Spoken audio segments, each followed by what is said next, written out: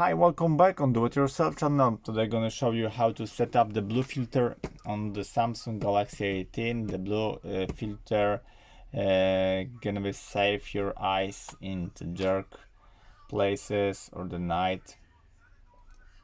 To enter, then go to on the upper bar and search for blue light filter and tap it and hold it, and you're in option on the blue filter.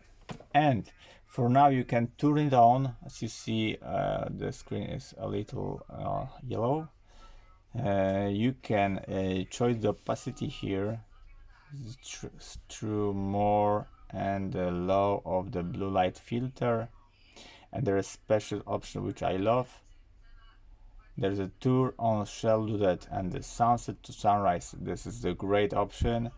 If you don't want, you can custom the hours of the turn on or turn off the blue light filter. I love this blue light filter. If you want, just test it and write in a comment as you liked it. And that's it. Your blue light is already enabled. If you want to enable, just press it. If you don't want, just press it to the white color. And that's it. I hope the video is helpful for you. If yes, you can leave like, leave comment and leave subscribe, and see you by next video. Hey!